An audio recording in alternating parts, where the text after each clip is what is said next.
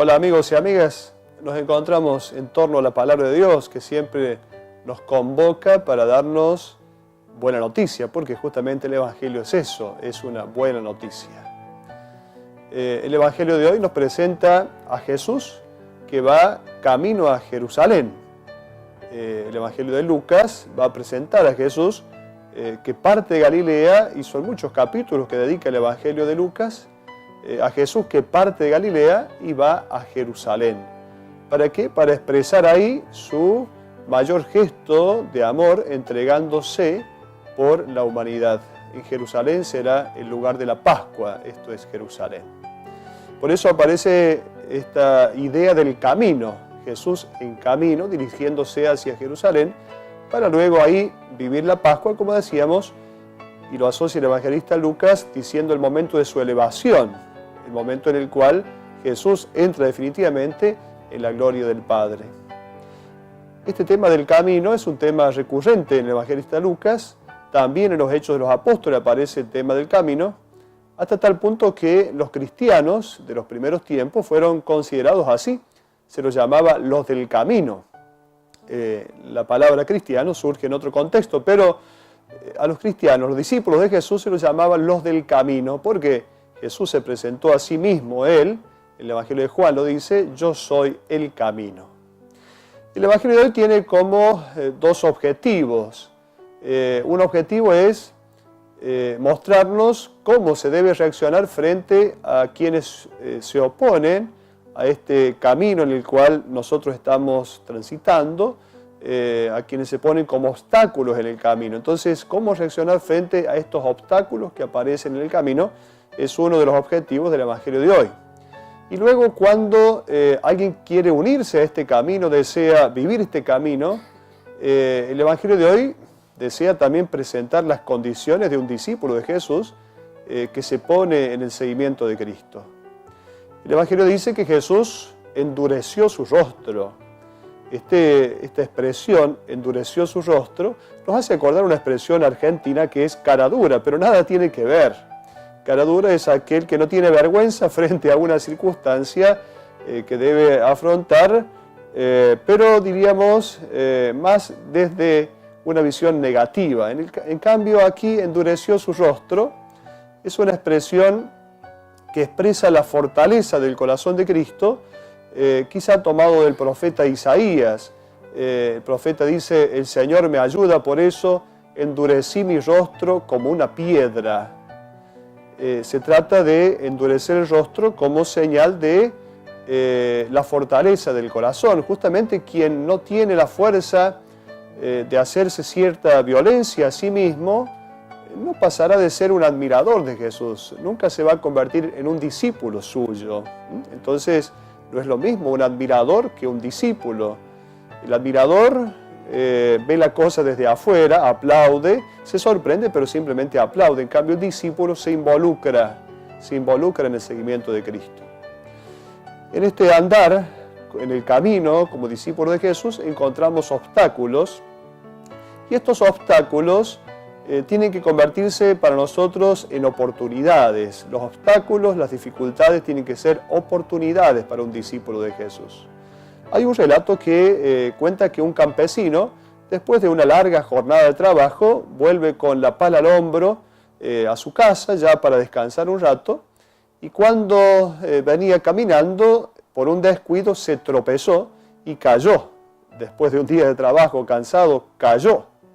Y entonces pensó ahí en su caída, aquí tengo dos posibilidades, o ponerme a discutir conmigo mismo, a insultar, a decir barbaridades por la caída, o ver por qué me he caído.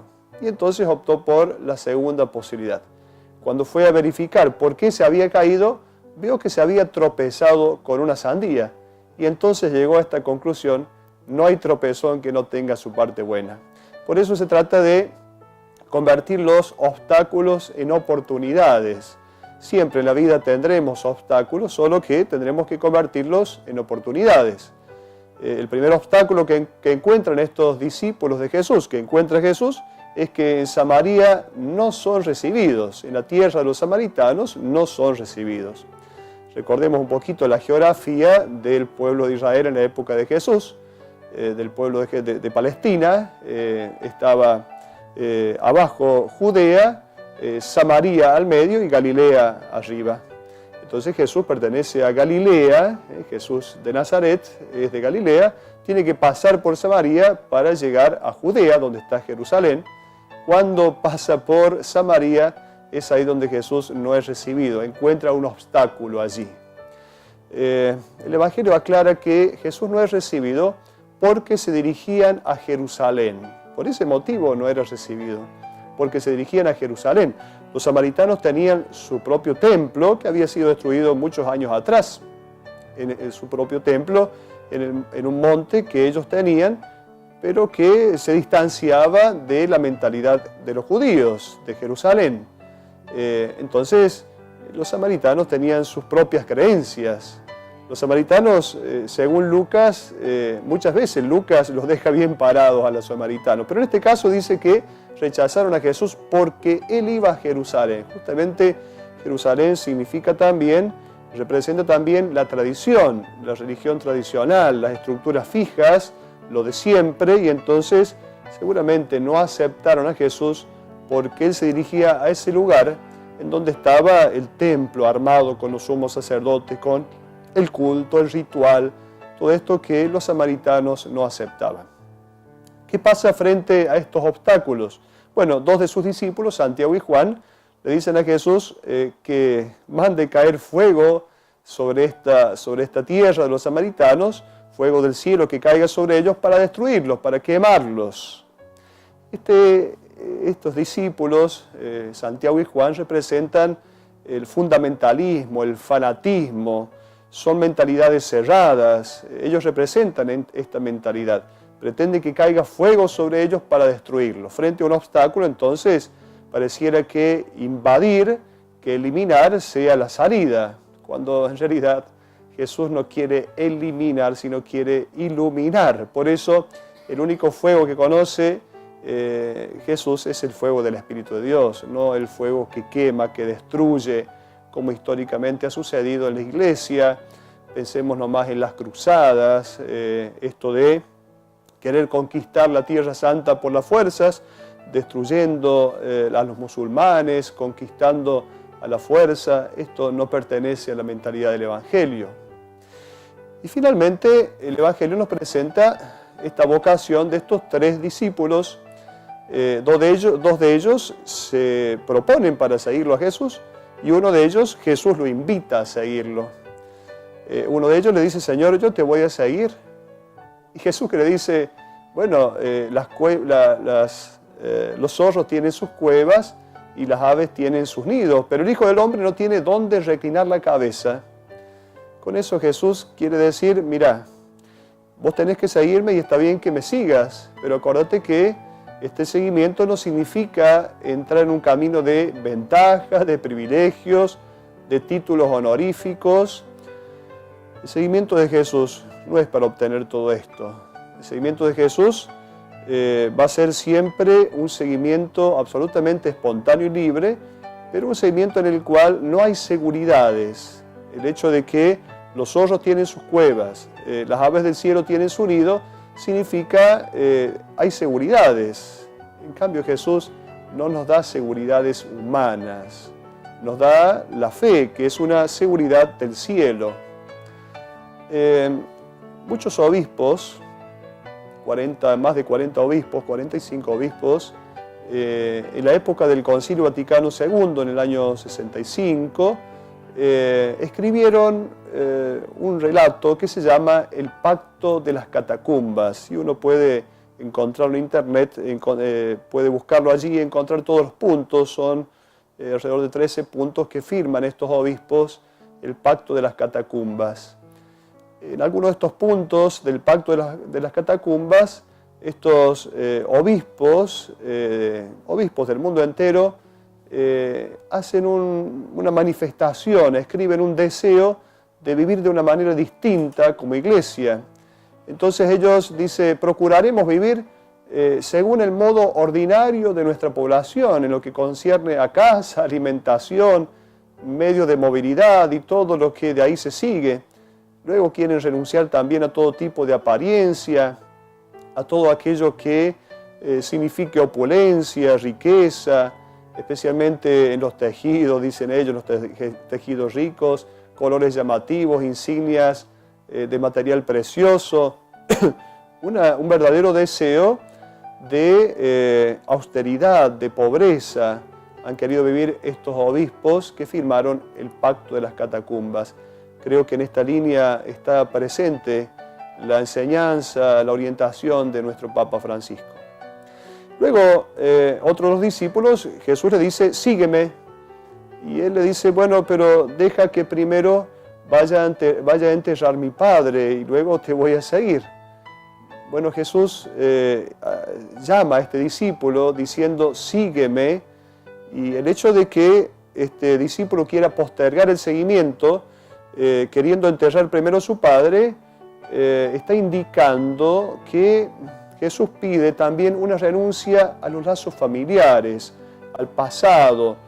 Evidentemente, para la época de Jesús, enterrar al padre era una cosa muy importante. Hasta incluso los sumos sacerdotes que no podían tener contacto con los difuntos, tenían como esa excepción de poder enterrar a sus padres. Era como mandado, era absolutamente necesaria esa acción. Pero Jesús dice, deja que los muertos entierren a sus muertos. Pareciera hasta una expresión un poco, diríamos, amarga de parte de Jesús, como si consideraba poco la cuestión familiar y los sentimientos. Sin embargo, el mandato de Jesús, justamente la indicación de Jesús, hace referencia a que Él está primero. Él no puede ser postergado. La predicación de su reino no puede ser postergada. Muchas veces nosotros, respecto a esta cuestión de lazos familiares, a relaciones de amistad, postergamos la predicación del reino simplemente por cierto miedo a herir alguna sensibilidad familiar, miedo a causar algún disgusto a algún amigo, o a contrariar a un colega, a un compañero de trabajo, o simplemente a un cierto miedo a poner en tela de juicio algunos hábitos o costumbres de alguna persona querida. Y evidentemente postergamos la predicación del reino porque está el miedo en el corazón. Evidentemente Jesús tiene una gran valoración absolutamente de la familia. No se trata de que Jesús desacredite la familia, sino que la quiere poner en su lugar. Entonces, en el otro llamado de Jesús al otro discípulo, Jesús lo que simplemente quiere hacer es expresar un mensaje a las comunidades cristianas, a nosotros. En todo caso, el escritor del Evangelio de Lucas quiere darnos a nosotros verdaderamente un mensaje para nuestras comunidades. Este mensaje que significa, no se puede perder tiempo en frivolidades, discusiones inútiles, debates estériles sobre cosas banales, mientras el mundo tiene necesidad de una urgente predicación del Evangelio. Entonces, frente a esta urgencia de la predicación del Evangelio, no se puede postergar. Por eso, esta invitación, este llamado a estos discípulos, es una invitación a las comunidades cristianas, un llamado a cada uno de nosotros, un llamado a vivir una respuesta, a dar una respuesta inmediata a esta llamada de Jesús, justamente porque el Evangelio no puede ser postergado, porque la predicación del Evangelio es vida para la humanidad. Hasta la próxima.